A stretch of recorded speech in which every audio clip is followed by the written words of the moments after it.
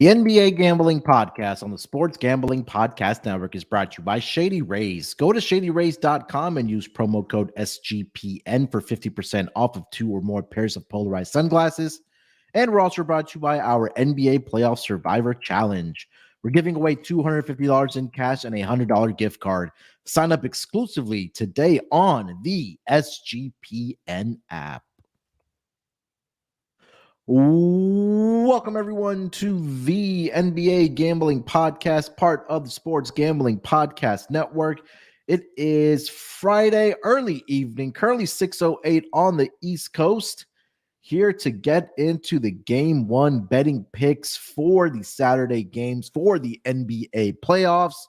We are here, not here, maybe officially almost there. I know we still have two more games on the Friday docket to figure out who's going to be the 8th seed. So at least we know most of the teams and the most of the series that are going to happen. But hey, we do have 4 game 1s on Saturday. We're going to break them all down for you. And joining me here on the pod to break down those game 1s first, you know him as the voice on the Tennis Gambling Podcast, the NBA Gambling Podcast, the NFL Gambling Podcast, and the WNBA Gambling Podcast.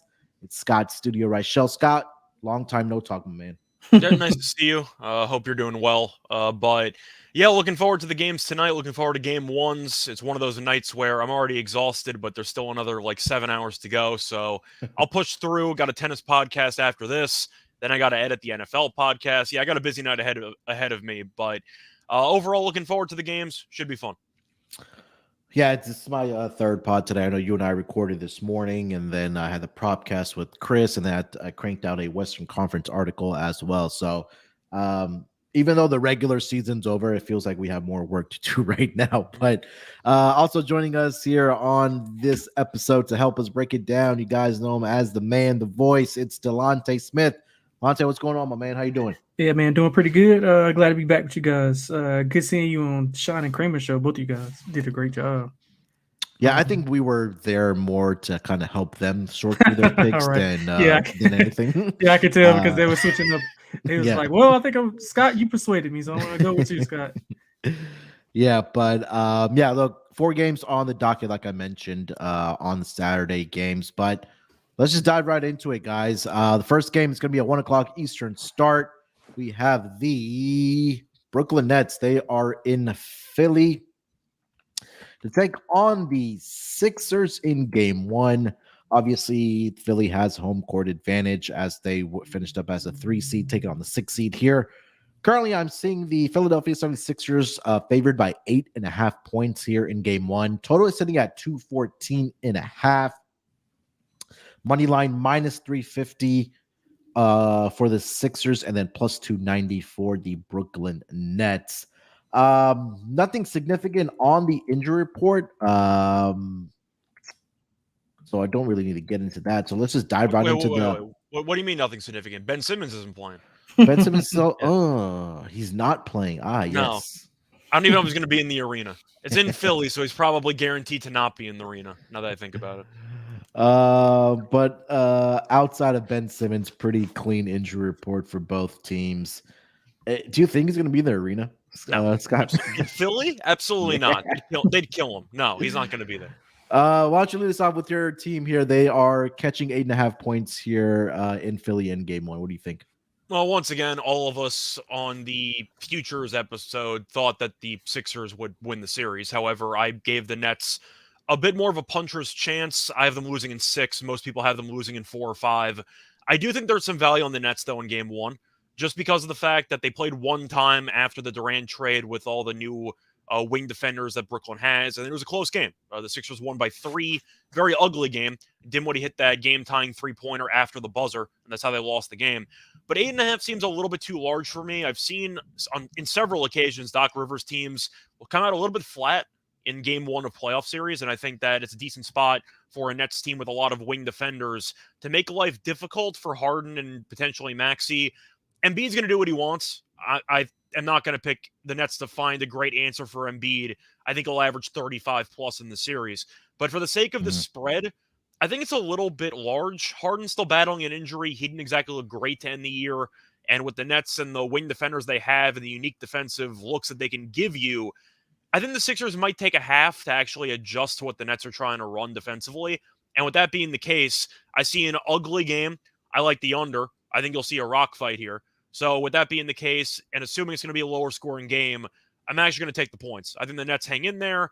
Do they win the game? I didn't say that, but I think the Sixers win, but probably by like 6. All right. Delonte, let's start with the spread here. -8.5. Yeah, I'll lean to Philly here. I think they got to get off to a good start to give, to not give Brooklyn any like confidence going forward. They want to come out, put their foot on the throat, and go ahead and dominate. I do think that the Nets are going to have to adjust. Well, specifically, Mikal Bridges, he hasn't been the focal point of offense in a playoff game, so that's going to be new to him. I'm pretty sure Doc Rivers and company are going to have something set up to where they limit him, obviously, because he's their best player. So they've had like 2 weeks essentially to basically prep for what they want to do with Brooklyn. So I think some of the stuff that they're gonna do is gonna rattle Bridges. So I'll probably be looking at his unders. Matchup wise, I mean, I think you guys pretty much hit it on the head. Like Embiid's gonna do whatever, whenever, however he wants to do it. It just depends on the Harden injury. Kind of scares me, but I think Maxey can pretty much pick it up in this series. So I'm not really too worried about the Harden. I think he'll be more of a facilitator role until they get into next round against the Boston Celtics. So I am worried about them like blowing. Obviously, Doc Rivers and Harden are known to blow games, so they're going to blow at least one of them. The Nets aren't good in fourth quarters either, though, so that kind of cancels out. Yeah, but I mean, we can count on a blown lead from Philly or some collapse. Something's going to happen, and they're going to lose a game that they're supposed to win and maybe win it in 5. But overall, man, I just think that Brooklyn, I mean, while they've been playing well since Kyrie, they are 12-14 straight up, 13-13 ATS. We all know the rebounding issues. If they can hit some shots, then, that might soften the blow. But I think Philly's going to be locked in from game 1. I think they got a bigger chip on their shoulder after what happened to them last year. So I'm looking forward to playing Philly in this game, first quarter, first half, full game. So I'll be, 3.333 of a unit on each of those. Do you have any thoughts on the total? Team total over for the Sixers. As far as the full game, I'd lean under. I don't know how well and how fluent the Nets offense will look in a playoff setting. Like we said, I mean, these guys, they only play together for 26 games. So this is a big stage. We all know that playoffs are more physical. I'm pretty sure everybody's heard that a million times. More physical, more intense. And these guys just haven't been through it together as a unit, maybe separately in different destinations, but as a unit, they just haven't been through it. So I think that's going to come up to show their age here. And I think the Sixers buried them in the first game. Yeah, I think that at least in this game, obviously, I think all the pressure is on the Philadelphia 76ers to win game 1. Like Scott said, like there has been instances in this Doc Rivers regime with the Philadelphia 76ers of them dropping a game, whether it's game 1 or game 2 on their home floor. And again, the conversations are going to start again if Philly doesn't come out and win game 1. I am leaning with the +8.5 here with the Brooklyn Nets. I do think it is a lot of points here for this first game, but again, I would not for a be low total. It's a lot of points. I mean, 214.5. Yeah, and then you're probably looking at taking a Nets team total under. I could see a world where the Nets come out and make some 3-point shots and keep it within the number, especially early on. So again, they're playing with house money. Like, if you had this roster at the beginning of the season, we know that this team would not even be a play-in tournament team, right? So they're playing with house money. So they're just going out, having fun, seeing what they can do. Maybe, give the Sixers a challenge here, and they'll see what happens. But I do like the Nets +8.5 here. I lean towards the under here as well. I think this will be in the low 200s, like 207. Like I'm thinking like 107, 100 type of game here. I can see that. Scott, you already mentioned you like the under, Scott? Yeah, I'm going to lean under here. Based on the one meeting they had when both teams were using their actual lineups after the KD and Kyrie trades, or just both of them not being available, game didn't even break 200. Game, I believe, landed 199. I see a really ugly half-court game. Playoff basketball tends to be a lot more low-scoring, but Philly doesn't exactly want to run, especially in the playoffs with Embiid. They're going to try to give him the ball every possession and see what he can do. The Nets don't exactly want to run either. I think they should. I think you should try to get fast break points against Embiid and Harden because both of them don't try to play fast break defense, and Maxey, who doesn't really guard anybody either. But I do think you're going to see a slower-paced game, so I like the under here. I think Philly probably breaks 100. I'm not sure the Nets do, but I see like a 105-100 game or like a 104-99 game, something like that. Okay. All right. Before we get over to player props, let me tell everyone about Shady Rays.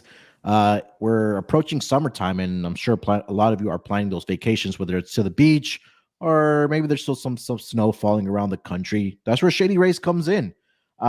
Kick off the new year with new gear built to last. Our friends over at Shady Rays have you covered from the sun to the slopes with premium polarized shades, customizable snow goggles, and much more.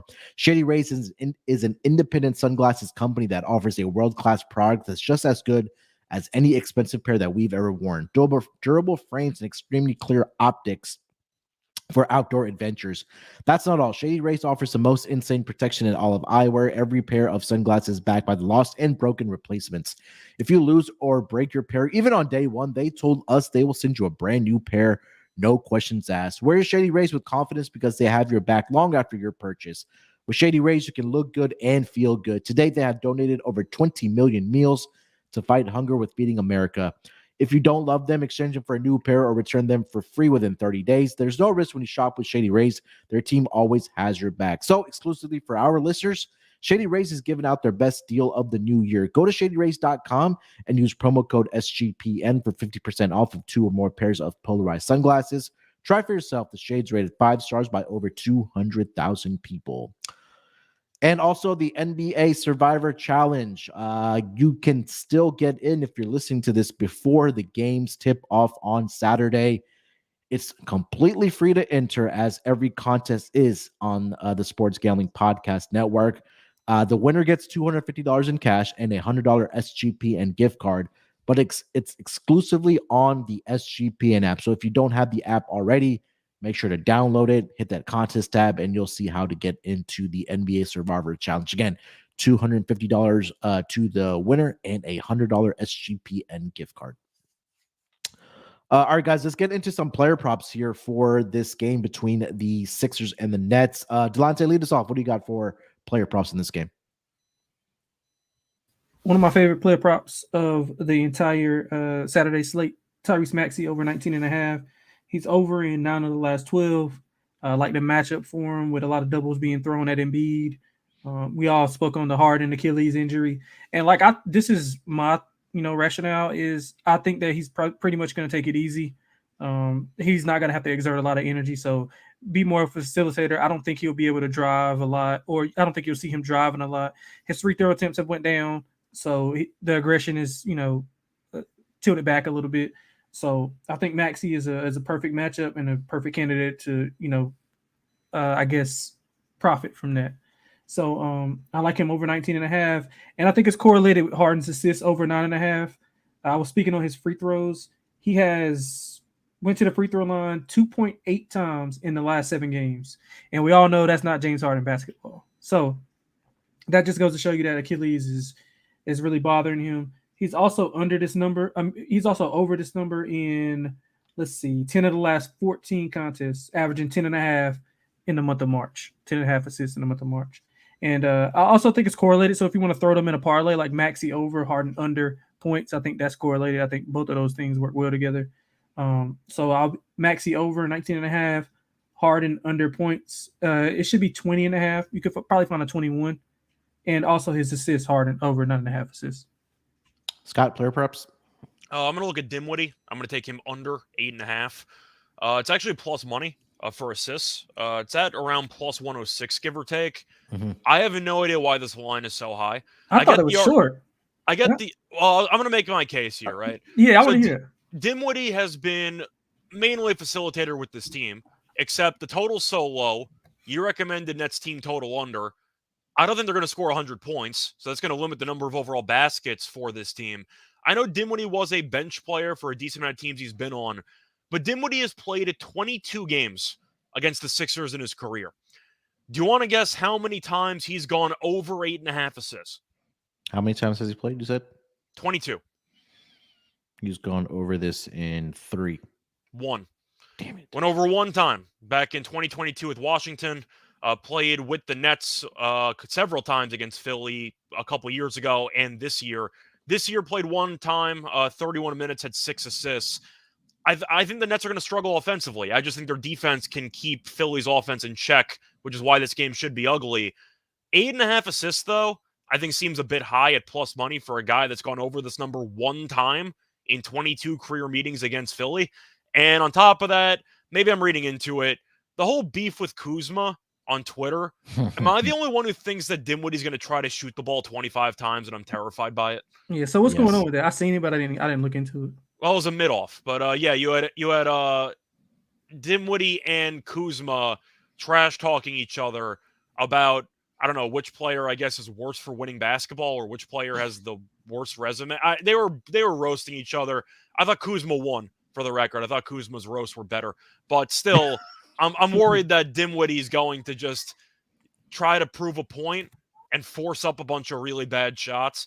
But 8.5 assists, though, seems a little bit high to me, especially at plus money for a guy that is always a danger of ball hogging down the stretch. And Bridges is still going to take a bunch of shots. He might isolate a decent amount. I just think that this number is a bit high. I'm going to lean to the under for a team that I think is probably going to top out in the mid-90s in points. Yeah, I think the only player prop that I did like in this game was probably Joel Embiid rebounds. It's at plus money at 11.5. Talked about this with Chris on the propcast today, but we both like this play. But it's Brooklyn has really been, or they have been, the worst rebounding team since the All-Star break. It's at 11.5. I think it was at plus 105. I know he hasn't done it fairly recently, Embiid, against the Brooklyn Nets, but I think this is an opportunity where he just has a monster game.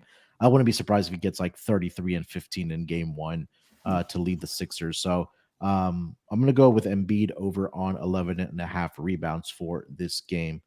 Anything else for this game, guys? I'm trying to think if there's anything else I like. I thought about maybe Finney-Smith under, but that's such a low number for points. But yeah. I was looking at Joe Harris threes made. He had 18 in the 2-11 game, which Scott alluded to. That's when both teams were fully healthy. Yeah, I was looking at him, but it's just I don't know what they're gonna do with their rotation. Like I'm interested to see how he. They have so many guys that play the exact same position. Yeah, like so I don't know how he's gonna allocate those minutes. So I kind of want to see it first before I attack him. That's why I don't have any Nets props other than Mikal Bridges under. I just want to see how it looks with how he rotates those guys and what the matchups are going to be, because it's going to be intriguing to see. But if they can hit, like you said, if they can hit some threes, they can make it interesting. But I mean, who knows with the Nets? Like it's just hit or miss. Yeah. Do you have any thoughts on PJ Tucker at 4.5 points? Juice to the under, by the way. I think he could. What's his to make a 3? I'm assuming it would be a 1.5. Actually, that's a good question. Half. I was going to say it might be. It's going to be a half. Yeah. I think that's the only way he's going to score, though, right? Like, you want to. He might get like a put. He might get like doesn't even have a number. Like, I got nothing. DraftKings has over half for minus 130. Okay. I think that's something I would consider for him. Rebounds for PJ Tucker is 4.5 even money. I might look at that over. Yeah, he's still gonna play a bunch of minutes because he's gonna be the Bridges stopper. Right. So he's gonna play a lot of minutes anyway. Right. All right. Before we get over to the next game of the night, let me do another ad read. And let me tell everyone about Sword Vitality. It's the weekend. And for some of us, it might be date night, or, you may be having that third date, that magic number 3. Date night. It's playing time. Come on, man. That's it for some people, Scott. For some people, invite them over to watch the game. Come on. Exactly. And that's why you might need some Sword Vitality. I mean, if you're betting on a team and it's not going your way, you might be a little compromised and you need a pick me up. That's where Sword Vitality comes in. you got to take care of yourself, gentlemen. It's the manly thing to do. It's cool. You don't have to worry about it. You got to be proud of taking care of yourself. 40% of men are affected by impotence at the age of 40, and nearly 70% of men are affected at the age of 70. Stop buying the highly suspect pills in the gas stations. No more hiding that little blue pill in your sock drawer. You manscape, but you also take care of the plumbing. Sword Vitality helps increase your blood flow in ways that can help you thrive as a man. It's time to become a Sword Vitality man if you aren't experiencing erections in the morning. There's really three main benefits with Sword Vitality: increased blood flow in ways that help you thrive as a man in the bedrooms. And Sword Vitality can also help increase your stamina. You don't have to hide it. You can be proud of it. So unsheath your sword. Visit swordvitality.com. Use promo code SGPN for a nice discount at checkout. That's swordvitality.com, promo code SGPN. We're also brought to you by Talkify. Life is full of what ifs. So what if you try something new when it comes to dating? Talkify is a new way to meet other serious singles. What if they help you find what you're looking for in a partner? Are you having a hard time meeting great people to date? Why do you always keep trying the same methods over and over if you're setting yourself up just to fail? It's time to say goodbye to swiping and bring back the human touch to dating with Talkify. Talkify is the country's #1 modern matchmaking service that is designed to help you achieve relationship success. Their trusted compatibility specialists hand select successful and compelling candidates so you can date cautiously and productively. Here's how it works. The Talkify matchmakers meet with you to learn about what you're looking for in a partner. Then they'll select and screen potential match candidates for you, doing all the background work, video interviews, asking all those tough questions that are sometimes too awkward to ask on those first dates. From there, your matchmaker plans your date, introduction, and handles all the communications for you, creating a safe and stress-free dating experience. Talking about stats, well, Talkify is committed to finding your match. 80% of clients met their person within the first 12 matches. And right now, Talkify is offering our listeners 20% off when you become a client at Talkify.com/SGPN. That's TAWKIFY.com/SGPN for 20% off when you become a client. Talkify.com/SGPN.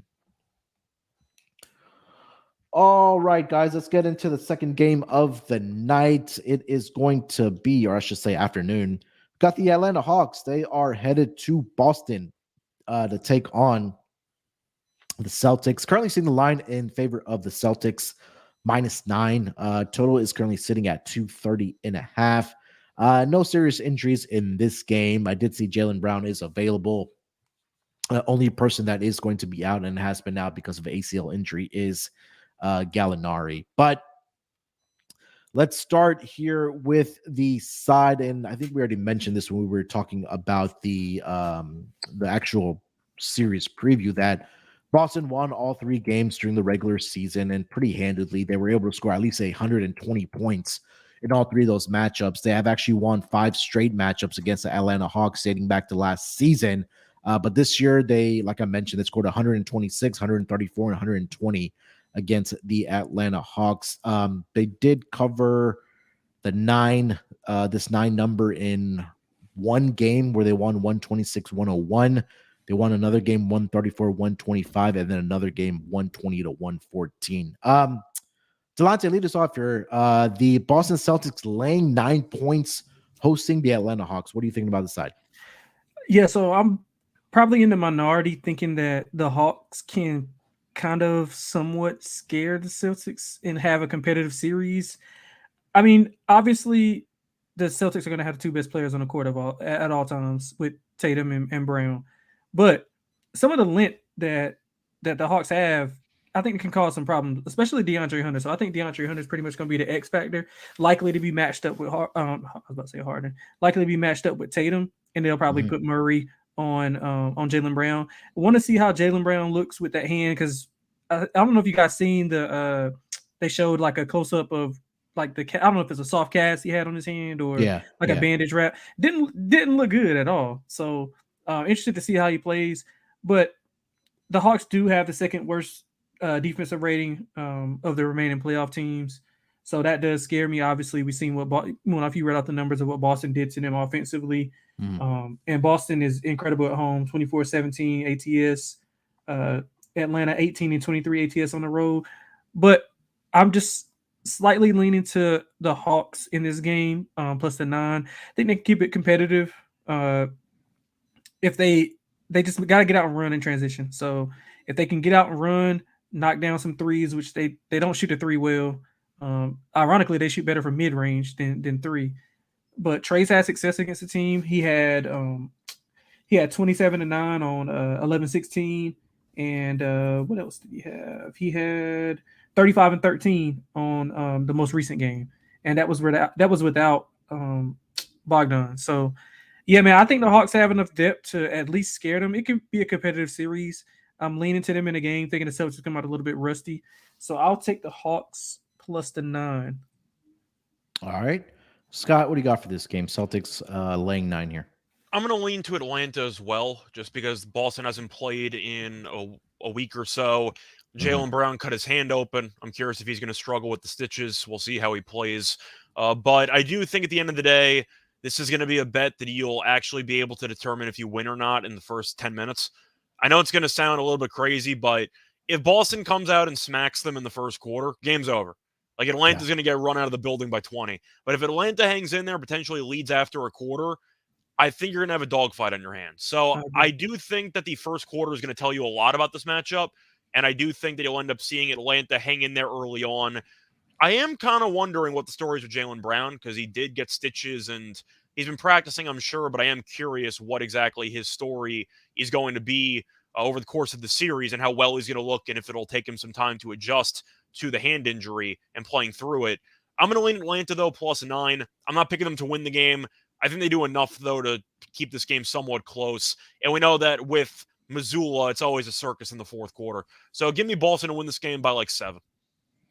Yeah, I think I'm going with Atlanta here as well. I'd like them in the first half. I think that they can keep it close. Like, you guys mentioned that there might be some rust for the Boston Celtics since they haven't played in well over a week, especially the starters. And, like you guys alluded to with Jaylen Brown's hand injury, how is he going to respond? Is he going to be effective?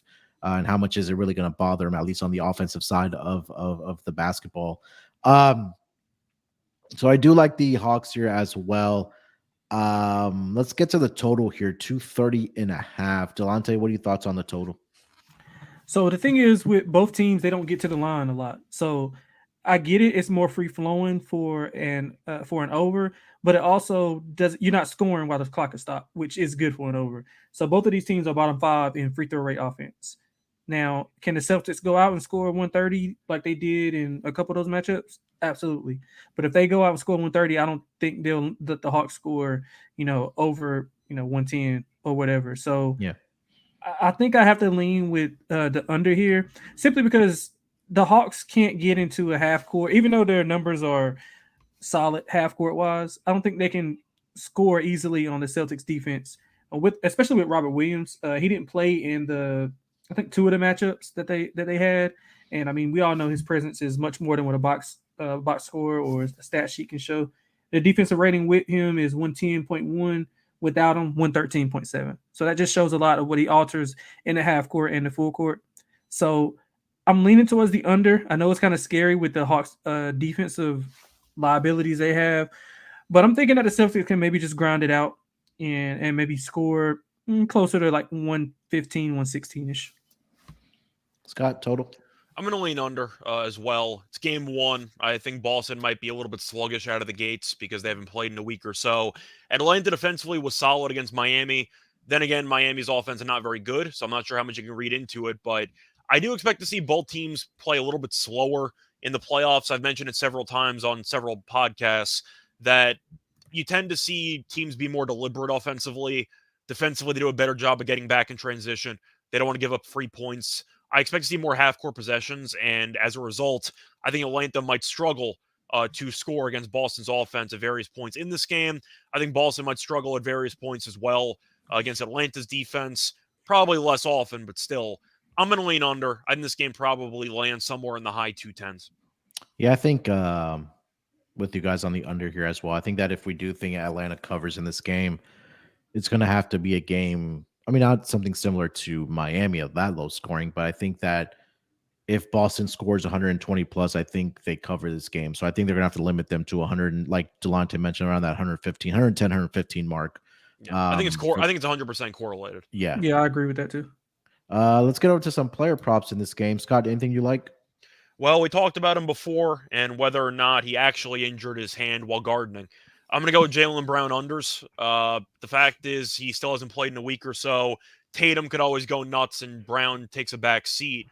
But anytime you're going into any type of basketball game and there's an added variable, which is a negative variable, I'm going to have to pivot to unders. And the fact that he's now going to have to adjust to life with stitches in his hand, maybe it'll impact the handle. I see that Nick was mentioning his turnovers in the comments section, which I don't mind either because He can't dribble anyway. Yeah, he didn't exactly do a great job of dribbling in the NBA Finals last year anyway. But I am going to lean to Jaylen Brown unders. I think there will be a transition period with him adjusting to his injury. And I think you could also see him taking a back seat to Tatum. We know their role players are good enough at shooting threes. I can see a world where Brown takes a back seat, or maybe he just has a bad shooting night. But I'm going to go with unders for Jaylen Brown. Maybe he plays well through the injury. It's always possible. He's still a very talented player. Yeah. But if you're trying to find an edge somewhere, I think there has to be an edge when there's an added variable which could seriously impact his playing and his play style and just his overall effectiveness in a negative way. I'm going with Jaylen Brown unders in this game. All right. I'll go with the points on the under. Okay. Delonte player props? Yeah, so I was looking at a few. I was looking at DeAndre Hunter, as I mentioned at the top. I think he's going to be a X factor. I'm looking at him to go over his point total. It's 13.5, if I'm not mistaken. Over in 4 of the last 6 games.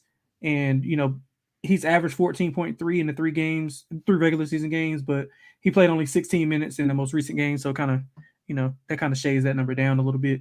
So he has the ability to stretch the floor and play in the mid-post area. That's kind of where Boston is somewhat struggling, especially with he's likely to have, I guess, Grant Williams or somebody on him like of that nature. Because they're probably not gonna put Tatum on him. I'm assuming. They're probably gonna put some length on. I'm assuming to put some length on Trae Young. They did that in the second meeting, if I'm not mistaken. Put Smart on one of the bigger guys and put Tatum on Trae. So I'm interested to see how Mazzulla, does that. But I think he'll have a little bit more opportunities to score with the focus being on DeJounte and Trae. So I like him over 13.5 points. I also like Tatum under. He struggled in the most recent meeting. I think he only had 17. And like I said, I think that length and what they can do defensively with all those guys, they can legit play like 6 or 7 different guys on Tatum. Now, it's also a massive number. It's like 30.5. Right. And so, I mean, that many bodies is going to be hard to score, 30 plus on, especially after you've been off for essentially 2 weeks. So I like him under, and I like DeAndre Hunter over 13.5. I think the couple or the one that I was looking at is Bogdanovich over on his points prop of 11.5. He's gone over this projection in 6 straight games against the Celtics. This dates back to the days he was with Sacramento. I know they added Saddiq Bey, but I think that 11.5 is a fairly conservative number here for him. Either that or over on his 3-point prop. That's at 2.5 at plus 140. He's hit at least 3 3-pointers in 4 straight games against the Celtics. He's also getting up the volume against the Celtics. And I think, Saddiq Bey is there as well, but I think I trust more Bogdanovich here to knock down the 3-point shot for me as well. So those were the 2 I was looking at. Trae Young has had success against this Celtics team as well. If you just he's averaged like 31 and 10 this year, I think, in the 3 meetings. Yeah, he's been killing it. He's been killing it. Yeah, I'm trying to pull up the exact numbers here. So what they did was the first matchup that they had, they were playing Smart and Brogdon on him, pretty much rotating those guys, and he was like killing them in the pick and roll in the mid post area, the small on small pick and roll with him and Murray. So they were killing them with that. So they put Tatum on them. It didn't work out. He was kind of blowing by Tatum. So I'm interested to see how they adjust to that. Yeah, it's just his last 4 games against the Celtics, 30, 31, 27, and 35. So it'll be interesting how the Celtics play both DeJounte and Trae Young in this game. So those are the 2 I was looking at for the Atlanta side. Anything else you guys like? I'm tempted by Sadiq Bey, just I because am of how too, well yeah. he Yeah, played I missed last the game. number though. I missed a good number. I think Yeah, it went up a few points. I like the Bogdanovich play too, because even though Bogdanovich only went 2 for 8 from 3 against Miami, he did still have 14 points. So the number does feel a bit short. But Bey shot 17 times, went 3 for 9 from 3, played 33 minutes and scored 17 points. Like, he had a very big role with this team, and I think this number's too low because of it. But I am also looking at Capella under points, which I think is around 7.5. He had a great game against Miami. He had 4 points and 21 rebounds in 28 minutes. But you're looking at his numbers against Boston, really not overly impressive. The one meeting this season, he did have 12 points in 21 minutes. But I'm looking at the minutes played recently. Last 2 meetings, he played less than 22 minutes. Like, I'm not sure if against Boston in particular, who can space you out so well, if Capella really has a good role in this game, I think his minutes might be limited. Robert Williams is back, which should help us with some rim protection. But Capella's never going to shoot. Like, he's only trying to dunk, and he can't hit free throws. And I think his minutes might be compromised because Boston is so good at going small and playing big men off the floor. I want Capella under 7.5 points. It seems a little bit high. So I see a 9.5 for his Oh, sorry, you see 9.5? I think I meant 9.5. I think, sorry. yeah. Let me just double check that. Either way, I like the under because I think he's going to play 24 minutes and you might have like 5 points. So. Yeah, I see 9.5. But you're I'll right. take the under 9.5. Yeah, it's mostly going to be either lobs or like putbacks that Capella's going to get. Obviously, they're not running the offense through him. Sadiq Bey's threes are at 1.5 at -130. If you're interested in that, that's kind of too juiced. Yeah, I like the first quarter over. First quarter over. Yeah, I think Munaf, you actually put me on the Hawks. Both you and Scott, I think both put me on in like mid-season. I think you were talking about the Hawks. There was a stretch where every game I brought it up. They had like 5 straight games with 70+ points in the first quarter, and I had to bring it up. But, that was I think a Saturday pod that we had recorded. We were talking about it. Yeah, so I've been playing that a lot. It went over the last game against the Heat. They generally start off pretty hot. Now it just depends on what Celtics, what version of the Celtics offense comes out. Is it like rusty or what? But either way, they're gonna have opportunities to score on the Hawks defense. So I like that first quarter over. I think that was the only other thing I had to add. The philosophy really changed when they brought in Quinn Snyder as the head coach. I think they're playing with a little bit more pace, and Trae Young, I think off the ball as well. So I do like the call. Maybe in the first quarter over, and then it slows down a little bit. All right, guys, let's get over to the next game of the night. It's going to be the New York Knicks. They are in Cleveland for game 1. Currently seeing the Cavs are favored by -5.5 in this game. Total is sitting at 216.5. Did see a note of Julius Randle is a true game time decision with the ankle injury. Other than that, it's pretty. He's going to try. Yeah, he'll see how warm-ups go. But other than that, it's pretty clean for both teams. Isaac Okoro also questionable for the Cleveland Cavaliers. Let's start with the side here. Scott, lead us off with this game. Cleveland -5.5 hosting the New York Knicks in game 1. I'm going to take the Knicks plus the points. I just think the spread's a bit large.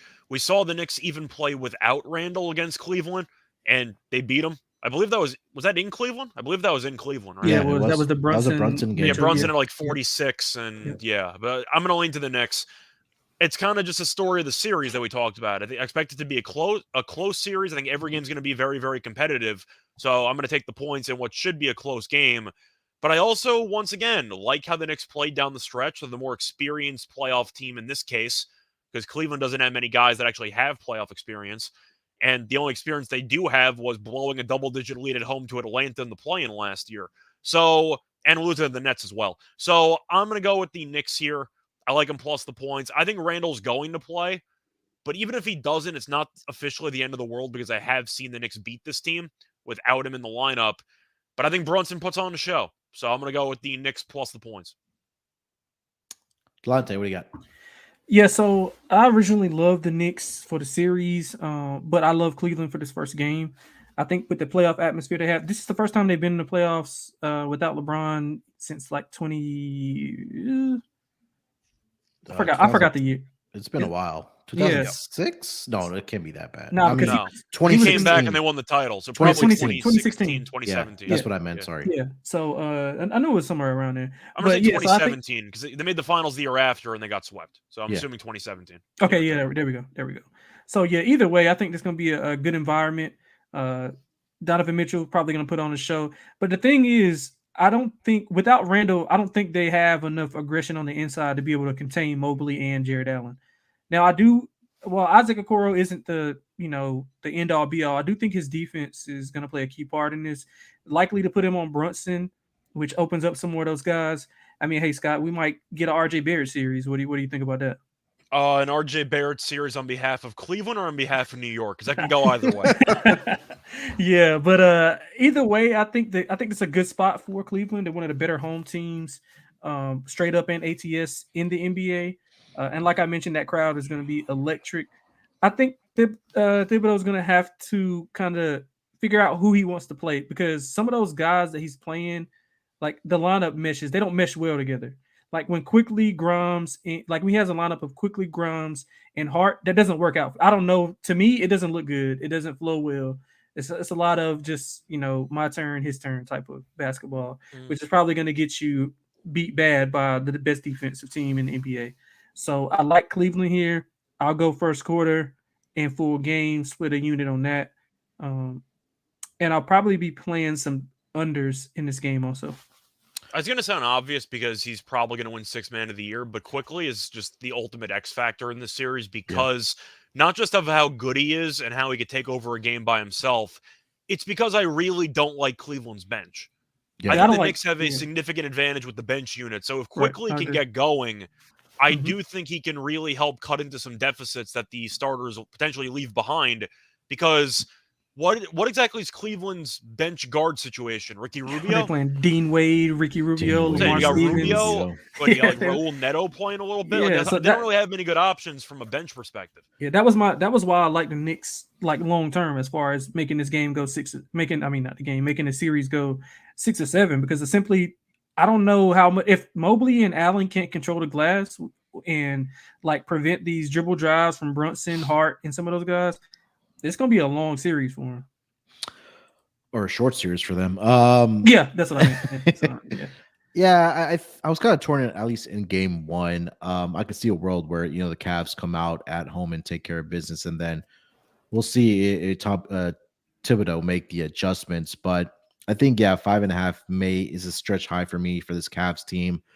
I think this number will tick up a little bit if you do like the Knicks. If Julius Randle does get ruled out, obviously.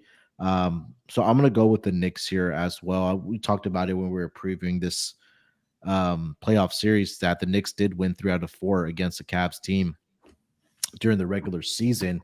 And they're also 3-1 against the spread. So I know that the Cavs were really good at home this season, but also the Knicks were really good on the road as well. Yep. Knicks were tied with the second best road ATS number this season, and Cavs were top 5 as far as ATS at home this season. So when it comes to that, I'm just going to take the points here with the New York Knicks. Let's get over to the total here. Delonte, what do you like about the total? Yeah, I like the under. I would like it better if Randall plays, thinking that some of the rhythm will be thrown off with those guys. He hasn't played since I think they played 6 games without him. I think they finished 4-2 straight up without him. 3 weeks ago, I think. Yeah. So him inserted back in the lineup is probably going to throw some rhythm and routine off for some of those guys. And like I said, the Cavs have one of the better defenses, if not the best defense metrically in the NBA.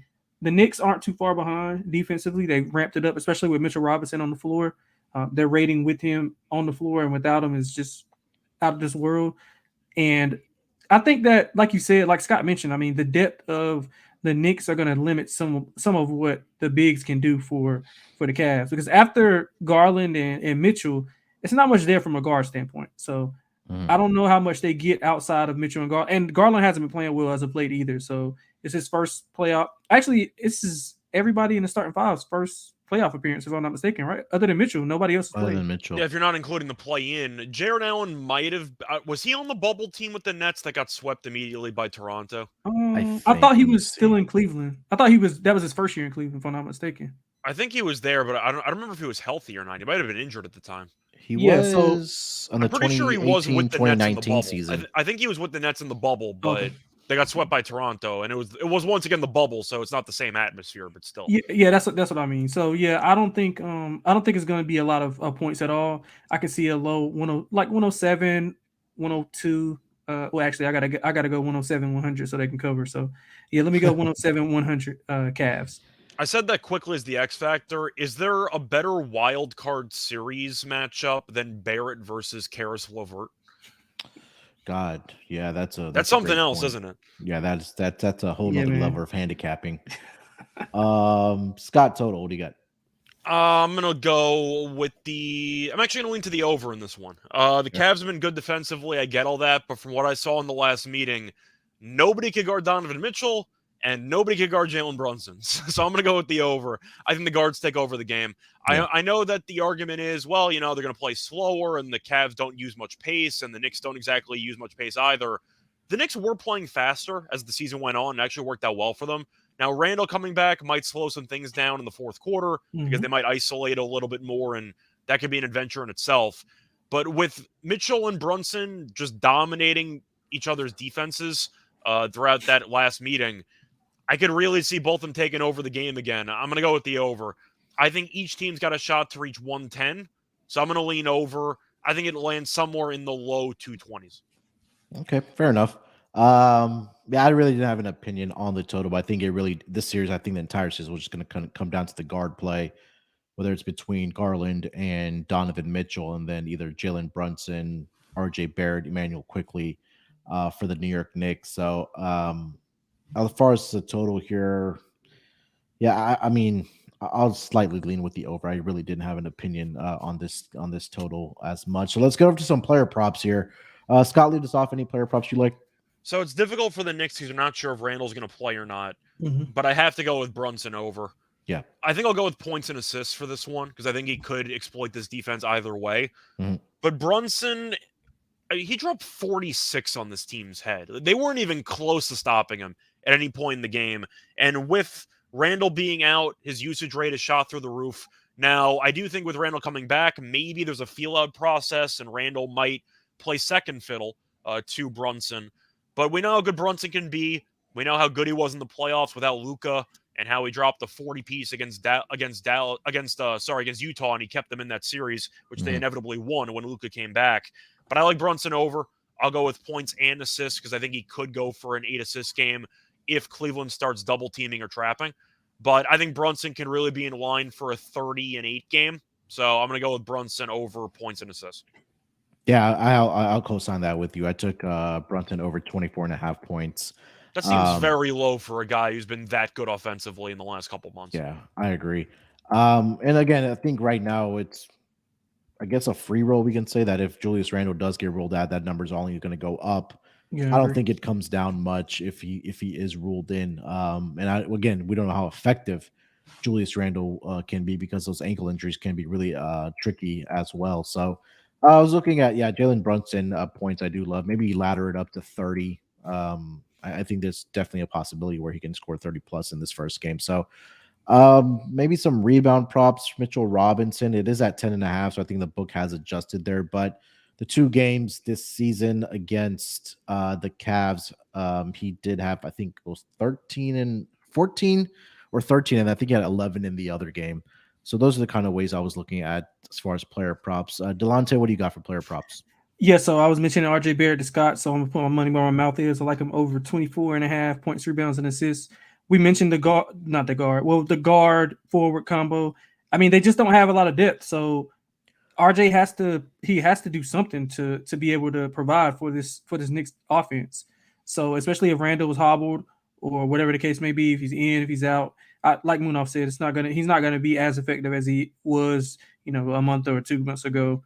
So I like RJ Barrett to take control and try to not make as many silly turnovers and ill-advised shots.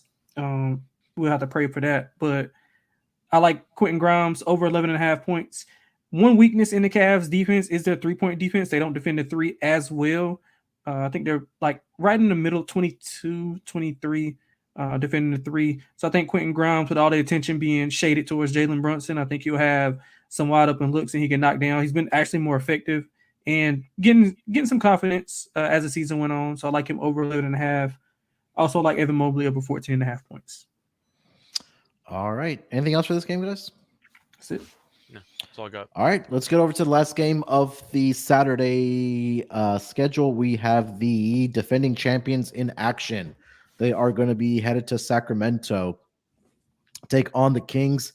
Line has been a little bit conflicting. It's either been Warriors -1 or Kings -1. Currently, over on DraftKings, I do see the Golden State Warriors favored by a point here. Total is sitting at 238.5. I am seeing some 238s pop up. As far as the injury report, Andrew Wiggins is going to be back for the Golden State Warriors. I think he will be limited in minutes, obviously, with his first game back in I don't know how long. But other than that, it's pretty clean for both teams. Let's start with the side here. Delonte, lead us off. Warriors, let's say laying -1 on the road here against Sacramento. Like the beam. Love the Kings in this game. First quarter, full game. Likely to just wait and see if I can get some plus money on a money line with them. Like you said, the line is pretty much split like between one pick and a one on each side and pick. So I'm kind of waiting for maybe some public money or even some sharp money to put the Kings as a juicy enough dog, maybe like plus 110.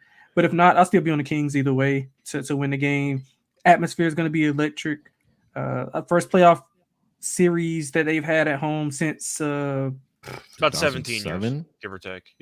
Yeah. So I mean, that place is going to be electric, and it's also going to be some Warriors fans there too. So it'll be not much of a dominant crowd from Sacramento. So people are going to take that drive down to see the game. Hottest ticket in the NBA right now. So Yep. I think the Kings pose some advantages on the inside, especially with Sabonis. If he can dominate Draymond Green, get him in a little bit of foul trouble. I don't think that Looney can be as effective without Draymond in the game, simply because he won't be able to go out to the perimeter and guard the pick and roll between Fox and Sabonis. Sabonis will bring him out, shoot the mid-range jumper. I also like the Kings. Their defense is bad. I'm not going to try to sugarcoat it, but the Warriors offensively they are prone to turn over the ball, 29th in turnover percentage offense. So that can keep them in the game. Ill-advised turnovers. We see it with Poole, we see it with Steph, lazy passes. So that can basically mirror some of the things that they do defensively. And I also think Mike Brown's familiarity with the Warriors and their offensive scheme might play a part in this game and the series. So I'm pretty sure he's going to have something dialed up. Now, you can flip it and say the same thing about Steve Kerr, but that's not my narrative here. I'm going with the Kings, so I got to play the Mike Brown side. But either way, I like the matchup for the Kings. I play the Kings to win the series in 6 and 7, and I'm playing them full game first quarter in this game. All right. Scott, Warriors -1. What are you thinking? So I mentioned this with the series preview. The Kings have a must-win game in game 1. The environment itself, their first home playoff game in basically 16, 17 years, the crowd's going to be in a frenzy from the opening tip. And if the Kings lose this game, with the inexperience they have and with Golden State being Golden State, I think Sacramento gets buried in the series if they lose game 1, because psychologically, I don't think they can recover from that. I'm going with Sacramento game 1. It's a must-win game for them in my eyes. Do you agree with that? Like, if the Kings lose game 1, do you think they have a shot to win the series? Because I don't. It'll be very difficult for them. Let's just say that.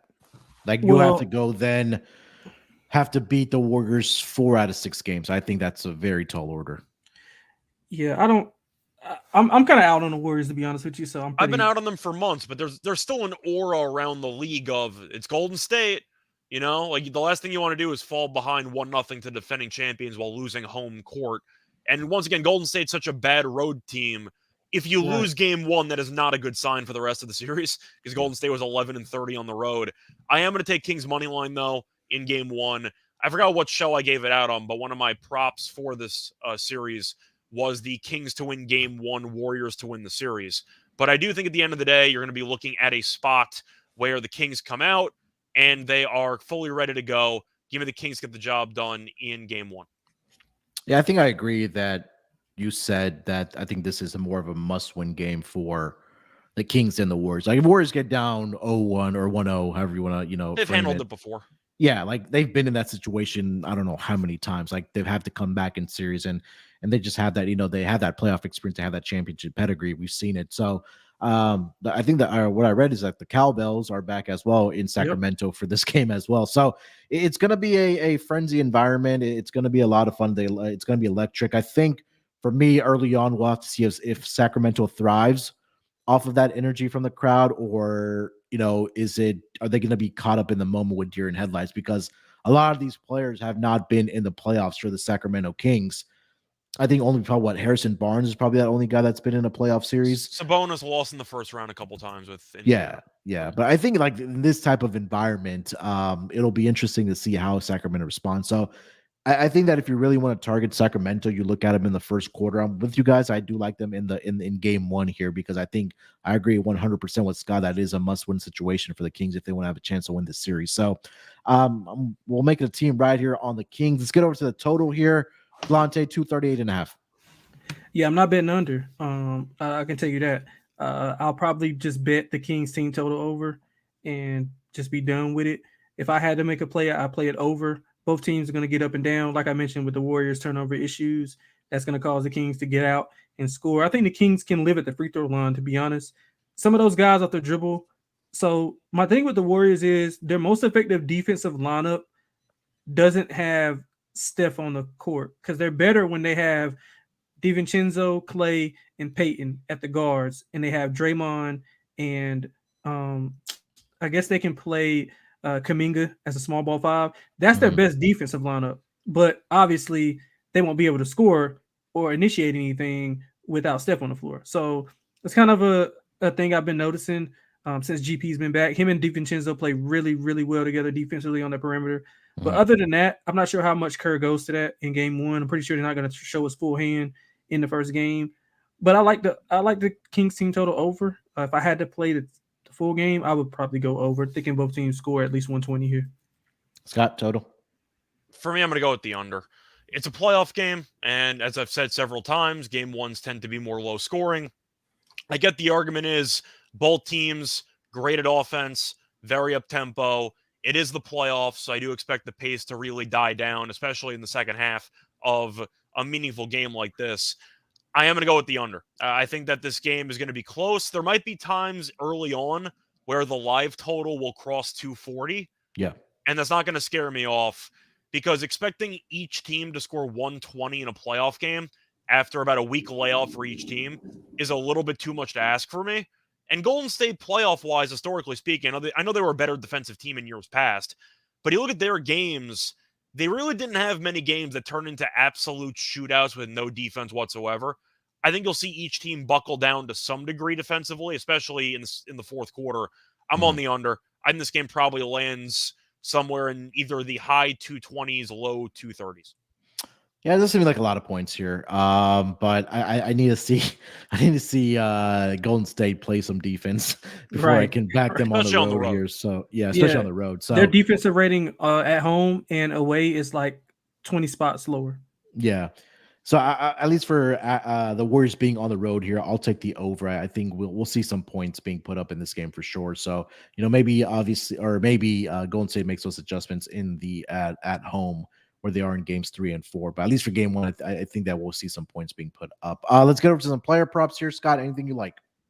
So for the player props in this one, I am going to be looking at Curry to have a big game. I thought about Clay.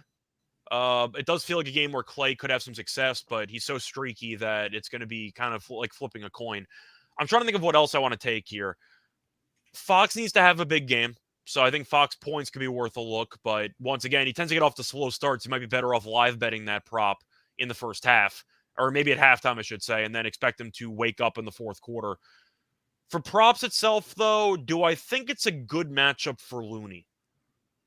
Because I'm really tempted by Looney rebounds in this game. Because somebody's going to have to fight Sabonis on the boards. Yeah. I think they could play him off the court, though. No, you don't think that? That's the problem. That's what I'm saying. Like, yeah, okay. Looney has been really effective for this team in the last couple of weeks. Do I think Draymond can really fight off Sabonis for rebounds? And do I think Golden State will go that small? I can really see a world where Looney actually plays some minutes in game one. I like Looney rebounds. I think he's in a decent spot to put together a good showing. I know he had a good game against the Kings in their last meeting. Now, I am aware that the Kings benched half their team for that one, but Looney didn't get played off the court. I thought he looked pretty sharp. To look at the last couple meetings, though, for Looney, the last 3 games, 16 rebounds, 10 rebounds, 13 rebounds, played exactly 29 minutes in each of the last 2 meetings. I like Looney over for rebounds. I just think he's going to be on the boards battling with Sabonis.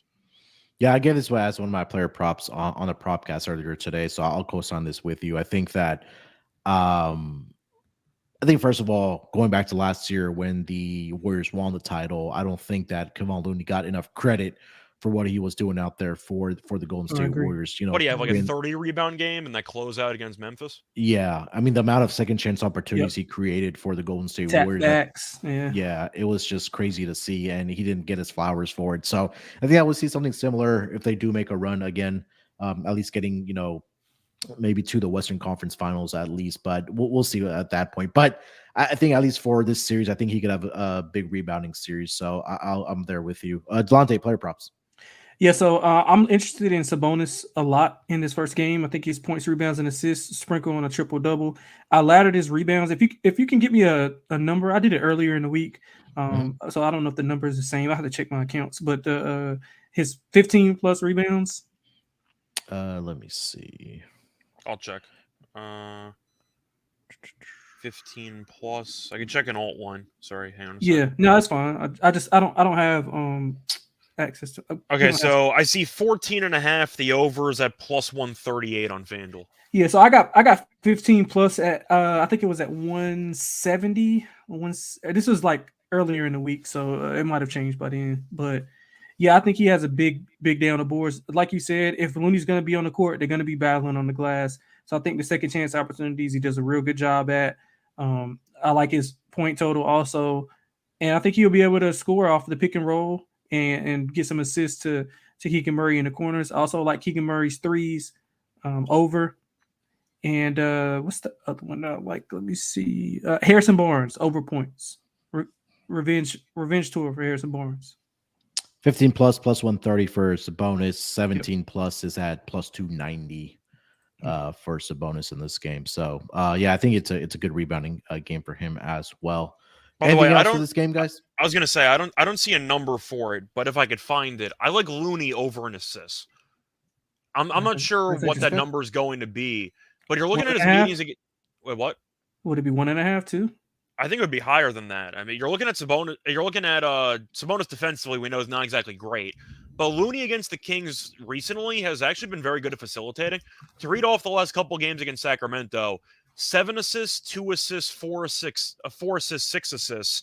And I think when you're trying to visualize what the Warriors like to do, it's a ton of backdoor cuts. They tend to let their big men, either Draymond or Looney, facilitate some of the action with the dribble handoffs.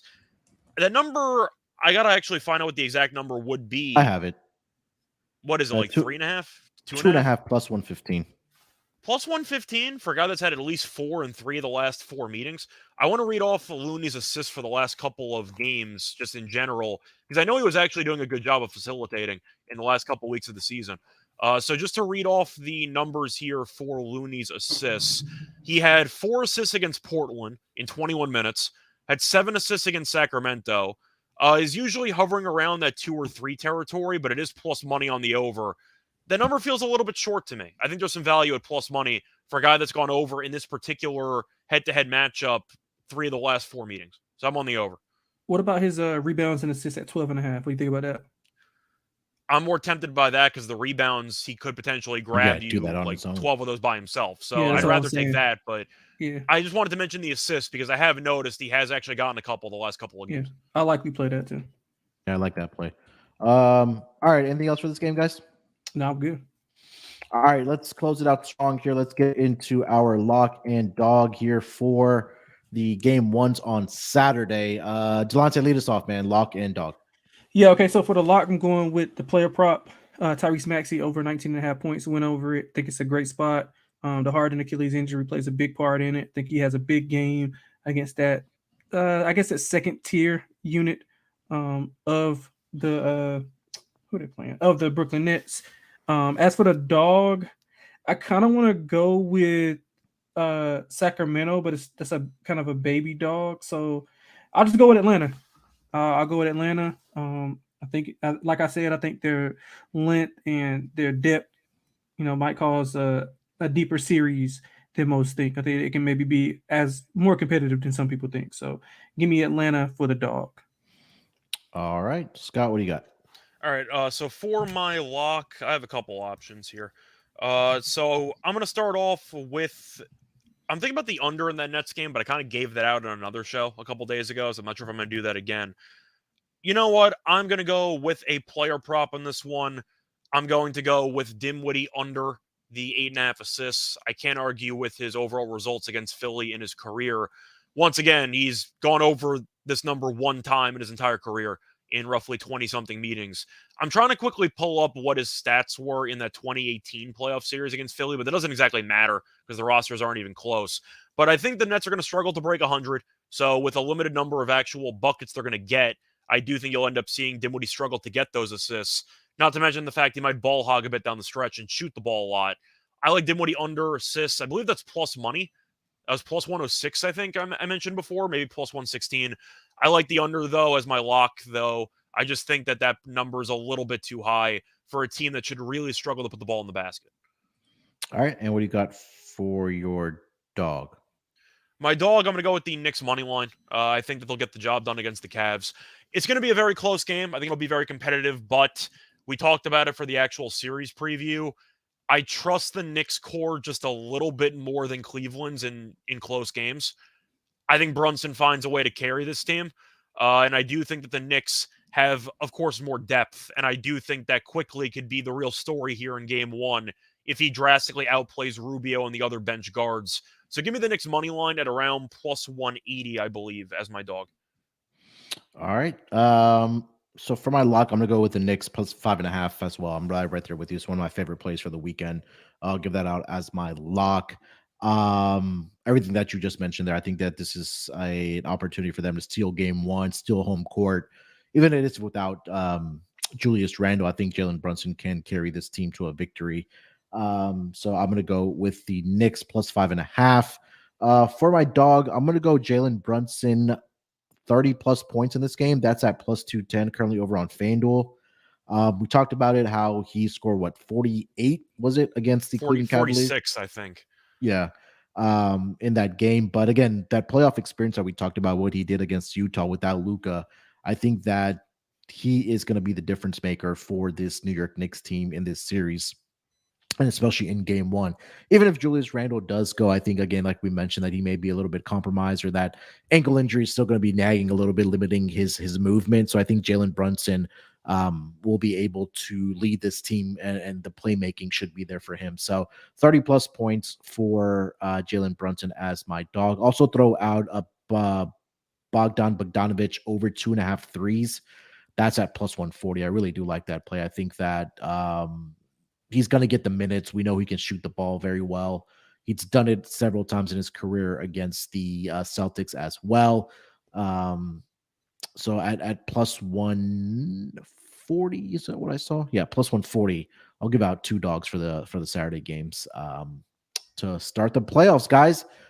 All right, man, that's going to do it for this edition of the NBA Gambling Podcast. Game one's for Saturday. Anything else we need to mention before we get out of here, Delonte? Nah, man, I'm good. I'm ready for the playoffs to start. Been waiting for a while, and hopefully we can continue cashing and getting our viewers some money. Scott, anything else? Not really. Once again, doing a tennis podcast later on tonight, so check that out. Besides that, as of right now, the Heat are winning 12-10. Max Strus has all 12 points, and Caruso has 8 points, just the way we all thought it was going to go to start off the game. So there we go. Yeah, so we'll find the chat out. Said they had Caruso props, but yeah. I don't know who would take the points though. I figured props would be like steals and he would do it. I was gonna say though, I figured it'd be steals and maybe an assist or two, but I wasn't expecting Max Strus versus Caruso 12-8 6 minutes into the game. I was not expecting that. So I wonder what his points prop was though. That'll be something. Caruso, he went over already. Yeah, it had to be like 6.5. It went over. There's no way it was anything above 8.5. He never shoots the ball. It was probably going to be like 6.5 if I had to guess. Yeah, that's probably a good number. Yeah, it is 6.5. His first 8 points. Congrats if you had Caruso because he already went over. Right. Yeah, I wonder if Cam had him. I think Strus went over too. I think Strus was 9.5. Yeah, I think he already hit 3 threes already, right? Yeah, he's got 12 points, so he already went Yeah. over too. So All right. Oh, and last but not least, make sure you guys get into the playoff challenge happening on the SGPN app. $250 to the winner, $100 gift card also as well to the winner. So make sure you hop in, but it's exclusively on the SGPN app. We'll be back May Sunday games. We'll figure something out for the Sunday game ones. So look out for then. Again, it's a good time to subscribe to the NBA Gambling Podcast YouTube channel, as well as follow us on Twitter at SGPNNBA. All right, guys, good luck with your bets. Let's break these books off and let it ride.